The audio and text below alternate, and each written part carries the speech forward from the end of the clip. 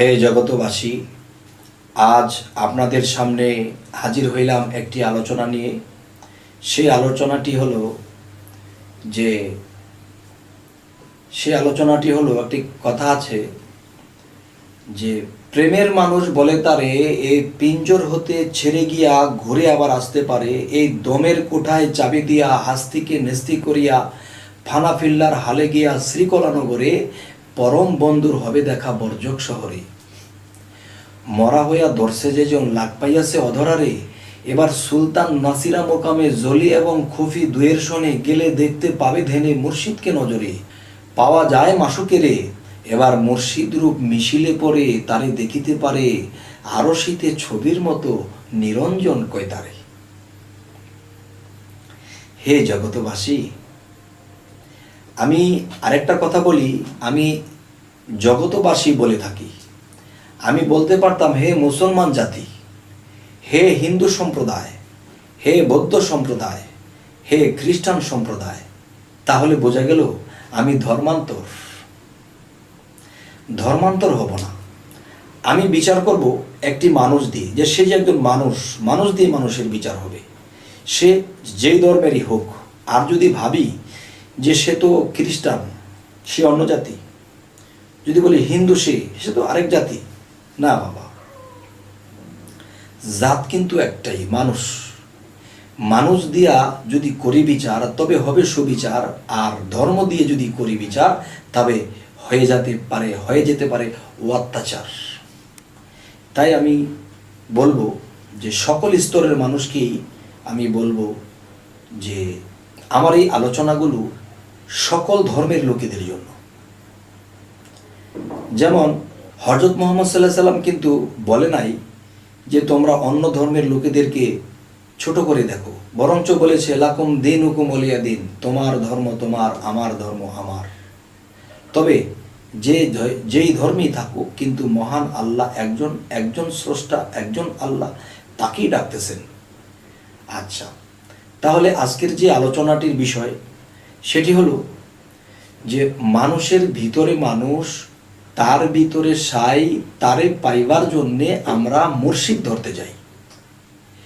এখন মানুষের ভিতরে মানুষ, তার ভিতরে সাই, তারে পাইবার জন্যে আমি যেখানে যাই, সেইখানে গিয়া যদি দেখি এইসব কোনো খবর বার্তা কোনো কিছুই নাই, তাহলে বলেন কেন আমরা সেখানে যাই? আচ্ছা, তাহলে আমাদের অবশ্যই যেতে হবে, কারণ মানুষের ভিতরে যে একটা মানুষ আছে, সেই মানুষটার জামা হইল আমার এই দেহটা। যেমন আমার দেহের জামা পরেছি, এটাও আমার দেহের জামা। তাহলে আমার দেহটা কার জামা? আমার দেহটা হলো আমার আত্মার জামা। আর সেই আত্মার ভিতরে কে আছে? রুহু আছে। আত্মা এবং রুহু কিন্তু আত্মা নয়, আত্মা কিন্তু রুহু নয়, দুই জিনিস।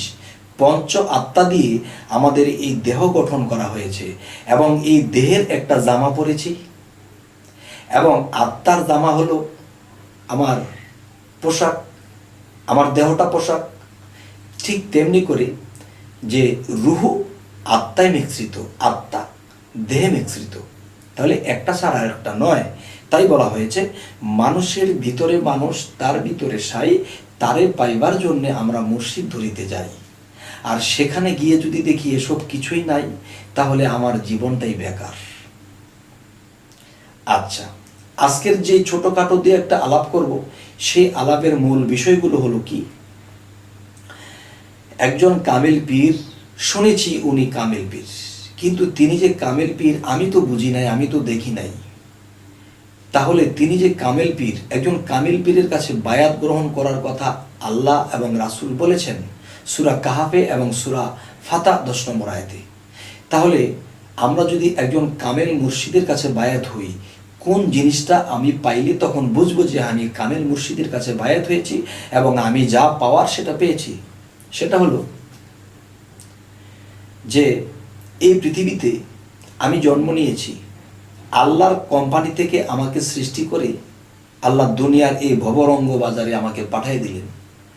তবে একটা মোবাইলের দোকানে বা একটা কোম্পানি কিছু বিক্রি করে তার দোকানে যাওয়ার পরে তখন দেখা যায় এই মোবাইলটির উপরে লেখা আছে স্যামসাং। তাহলে এই বিজ্ঞান কিন্তু একটা ভুল করেন নাই। এই বিজ্ঞানও কিন্তু বাজারে ছেড়ে দেওয়ার আগে আবিষ্কার করে তখন তার স্যামসাং কোম্পানিটা লিখে বাজারে ছেড়ে দিয়েছে। তাহলে আল্লাহর কোম্পানিতে যদি আমরা হয়ে থাকি, তাহলে আল্লাহর একটা সিল স্বাক্ষর, আল্লাহর একটা প্রমাণ এই মানব কোরআনের মধ্যে, এই দেহ কোরআনের মধ্যে দেওয়া আছে। এবং আমি যে কি, আমার একটা পরিচয়পত্র আছে, সেই পরিচয়টি আমার দেহ কোরআনের মধ্যে লেখা আছে। এবং আমরা যে কালেমাটা পড়ি, এই কালেমাটা হযরত মুহাম্মদ সাল্লাল্লাহু আলাইহি সাল্লাম কালেমার দাওয়াত দিতেন এবং এই কালেমা পড়িয়া মানুষ মুসলমান হয়, এই কালেমার পড়াইয়া মানুষকে বিবাহের বন্ধন করে। তাহলে বোঝা গেল কি যে এই কালেমার এত মূল্য কেন? এই কালেমাটা এই মানব দেহের মধ্যে আল্লাহ কোথায় রেখেছেন? আমার এই দেহ কোরআনের মধ্যে এই কালমাটাকে দেখে দেখে যখন আমি পাঠ করব এবং আমার গুরু মুর্শিদ আমাকে যখন এই কালেমাটা আমার দেহ কোরআনের মধ্যে পড়াইয়া দিবেন, সেদিন আমি ঈমান আনলাম। যেমন কোরআনে একটি জায়গায় আছে যে তোমরা পুনরায় ঈমান আনো। পৃথিবীতে এসে আমি কায়দা পড়েছি, আমাসিপাড়া পড়েছি, এরপরে আমি কি ওখান থেকে কালমাটা শিখেছি কাগজ থেকে, যে ওই কালমাটা আল্লাহ এই দেহ কোরআনের মধ্যে রেখেছে। সেই দেহ কোরআনের মধ্যে আমার মুর্শিদ আমাকে দেখাবে এবং পড়াবে, তখন আমি ঈমান আনবো। ঈমান দুটি প্রকার, একটি ঈমান হলো ঈমানে মজমাল, না দেখিয়া বিশ্বাস করা, একটি ঈমান ঈমানে মুফাসসাল, যা ফরজে গণ্য, দেখিয়া বিশ্বাস করা। তাহলে আমার দেহ কোরআনের মধ্যে যখন আমি দেখব, তখন আমি বিশ্বাস করব, মানব যে হ্যাঁ, আমার মুর্শিদ, আমি সঠিক মুর্শিদ ধরেছি, যিনি আমার ভিতরে আমার পরিচয়গুলো দিয়ে দিলেন। এই হলো তিনটা সাবজেক্ট। আরেকটি সাবজেক্ট হলো যে আমি যখন মুর্শিদের কাছে গেলাম, তখন মুর্শিদ আমাকে আরেকটি পরিচয় দিবে যে বাবারে, তুমি যদি এই এই সাধনগুলো এই কায়দায় এই নিয়মে করো, যেমন একটা আছে জিকির আজকার, জিকির তো শরীয়তের মানুষেও করে, তাহলে এমন কিছু জিকির, এমন কিছু সাধনা, এমন কিছু দমের সাধনা আছে, এই সাধনাগুলো মুর্শিদ দিয়ে দিবে। যখন এই সাধনাগুলো একজন ভক্ত করবে, তখন তার ভিতরে আলোকিত হবে। তো সেই সাধনের মধ্যে তিনটি সাধনের নাম আমি বলে দেব: রেচক, পূরক, কুম্ভক। রেচক, পূরক, কুম্ভক। রেচক, পূরক, কুম্ভকতে লুপ্ত করো কাম্বিকার, পরের স্বর চক্রসন নিঘুমেতে করো ধ্যান, দম সমর্থে করো সাধন, গুহমূলে মোলাধার। সেই স্থানে যখন আমি পৌঁছাবো, তখন কিছু দেখতে পাবো। আচ্ছা, যাই হোক, আজকের মূল বিষয় হলো যে এই সাধনাগুলো মুর্শিদ দেবে এবং আমার নিজের পরিচয় এবং আল্লাহর পরিচয় এবং সেই কালেমার দাওয়াত নবীজি দিত, সেই কালমাটার এত মূল্য কেন, আর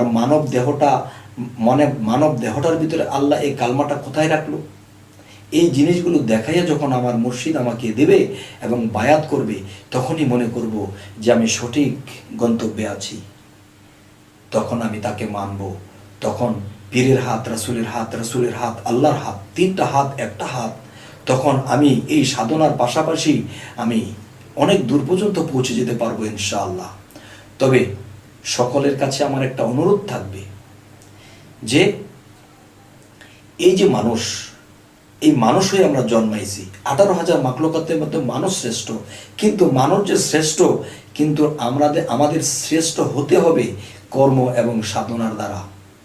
তাহলে সেই শ্রেষ্ঠ যে আমরা হব কি করে? যদি কেউ মুর্শিদ ধরতে যান, তখন দেখা যায় যে এই সাধনাগুলো নিয়ে নেবেন। যদি এই সাধনাগুলো আপনারা না নেন, তাহলে কি হবে? আমরা যে সেই থাকব। যাই হোক, আজকে যে কথাগুলো বললাম, আমার কথা হলো আমি দিল খোলসা করে কিছু কথা বলতে চাই। সেই কথাগুলো যদি কেউ ব্রেনটে রাখে আর যদি এগুলো মানে, ইনশাল্লাহ সে আউলিয়া হবেন। আর আল্লাহ কোরআনে বলেছে, যারা আউলিয়া, যারা ওলি, তারা আল্লাহর বন্ধু। আর আল্লাহ বলেছে, আমার বন্ধুদের কোনো ভয় নেই, আমার বন্ধুরা কখনো চিন্তিতও হবে না। সুবহানাল্লাহ। হে জগতবাসী, আমার এই আলোচনা যদি আপনাদের ভালো লাগে তাহলে আমাদের আরও ভিডিওগুলো পেতে সাবস্ক্রাইব করুন, আমাদের সাথেই থাকুন, যাতে পরবর্তীতে আপনাদের সামনে আমরা পৌঁছতে পারি। তো আজ এই বলেই রাখছি, সকলেই ভালো থাকবেন। আল্লাহ হাফিজ।